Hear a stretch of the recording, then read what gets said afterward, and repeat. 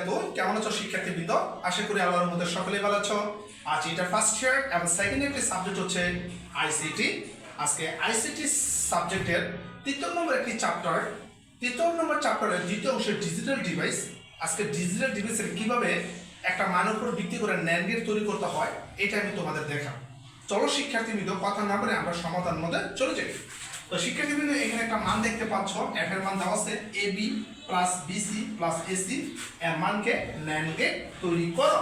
তো শিক্ষার্থীবৃন্দ একটা কথা মনে রাখবা, ন্যান্ড গেট সবসময় গুণ আকারে করতে হয়। ন্যান্ড গেট কি আকারে করতে হয়? গুণ আকারে। তা আমরা কিন্তু এই মানটাকে কি করব? গুণ বানাবো, কারণ মানটা কিন্তু মাঝখানে ঝুঁক আছে।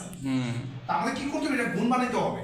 সরলীকরণ মানটাকে গুণ বানায় তারপর ন্যান্ড গেট করতে হবে, অর্থাৎ মানটাকে সরলীকরণ করে গুণ আকারে প্রকাশ করতে হবে। এখন গুণ আকারে কিভাবে প্রকাশ করবা? যেহেতু এখানে এফ এর মান দেওয়া আছে, যে কোনো মানই দেওয়া থাকবো ওই এফ এর মানকে দুইটা হোল নোট দেবো। কয়টা? দুইটা হোল নোট। কিভাবে শিক্ষার্থীদের খেয়াল করো, এখানে আমি দুইটা হোল নোট দেখলাম, তারপর আমরা মানটা তুলে দিলাম AB plus BC plus SC. ঠিক আছে শিক্ষার্থীদের, আমি আবারও বলি, যে কোনো ন্যান্ড গেট করতে যাইবা, যে কোনো মানই থাকবে দুইটা হোল নোট দেবা। ন্যান্ড গেট করতে গেলে সরলীকরণ মানের পর দুইটা হোল নোট করতে হবে। এখন আমরা এটা মানটাকে ভাঙবি। তো প্রথম হোল নোট ঠিকই আছে, তারপর দ্বিতীয় হোল নোটটা আমরা ভাঙতেছি প্রত্যেকটার মধ্যে।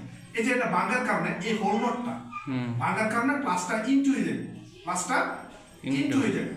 দেখো শিক্ষার্থীবৃন্দ, আমি এই যে প্রথমে যে হোল নোটটা আছে এটা ভাঙছি, প্রত্যেকটার মধ্যে রাখার কারণে প্লাসটা কি হয়ে গেছে? এটা ইনটু হয়ে গেছে। তো এখানে আর সরলীকরণ করার কোনো প্রয়োজন নেই। কেন প্রয়োজন নেই? যেহেতু আমার গুণ আকারে চলে আসছে। এবার শিক্ষার্থীবৃন্দ দেখো না, ইনপুট এ আছে, এর জন্য একটা ইনপুট রাখলাম, আমি এ দিলাম। এখন এই যে বিবি আছে, বি এর জন্য একটা ইনপুট রাখলাম। তারপর সি আছে, সি এর জন্য একটা আমি ইনপুট দিয়ে দিলাম। এবার শিক্ষার্থীবৃন্দ খেয়াল করো, এখানে এবি, এই যে প্রথমত এবি হোল নোট, এটার কারণে একটা ন্যান্ড গেট আসবে। তো ন্যান্ড গেট দেখতে গেলেও শিক্ষার্থী খেয়াল করো, ন্যান্ড গেট দেখতে হলে আগে ডি আঁকবা, এই ডি দ্বারা বলে অ্যান্ড গেট, তারপর এন একটা বাবল দিয়ে দিলাম, বাবল দিলে হয়ে যাবে ন্যান্ড গেট। তো এখানে ন্যান্ড গেট হয়ে গেল, এটা এ থেকে যোগ করো, বিটা বি থেকে যোগ করো, আমি মানটা এখানে লিখে দিলাম এবি হল। তারপর শিক্ষার্থীবৃন্দ এটার কারণ এ বিসি হল, এটার কারণে একটা ন্যান্ড গেট, আমি ন্যান্ড গেট রাখলাম, এটা ন্যান্ড গেট দিয়ে দিলাম বিসি হল, বিটা বি থেকে যোগ করবা, সিটা সি থেকে যোগ করবা।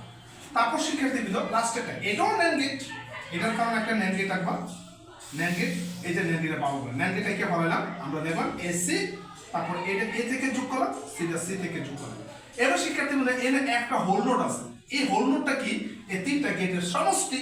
এই হোল নোটের কারণে আমি আরেকটা ন্যান্ড গেট রাখবো, এই যে ন্যান্ড গেট, আমি ন্যান্ড গেট দিয়ে দিলাম, তারপর এটা যোগ করে দিলাম। শিক্ষার্থীবৃন্দ খেয়াল করো, আমরা যোগ করে দিলাম, বাস আবার এখন মানটা আমরা লিখে দিই সমান সমান এ বি, তারপর বিসি প্লাস কি এসি, তারপর শিক্ষার্থীবৃন্দ হলো, অর্থাৎ আমার মানটা কিন্তু হয়ে ন্যান্ড গেটটা হয়ে গিয়েছে।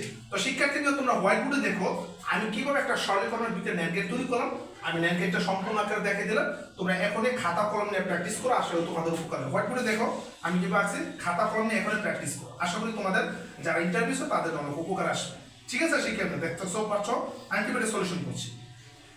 শিক্ষার্থীদের আজকের মধ্যে থাকবে নমস্কার, আগামী ক্লাসের বিষয়ে নতুন নতুন কোনো টপিক আছে আজকের মধ্যে থাকবে। আল্লাহ হাফেজ।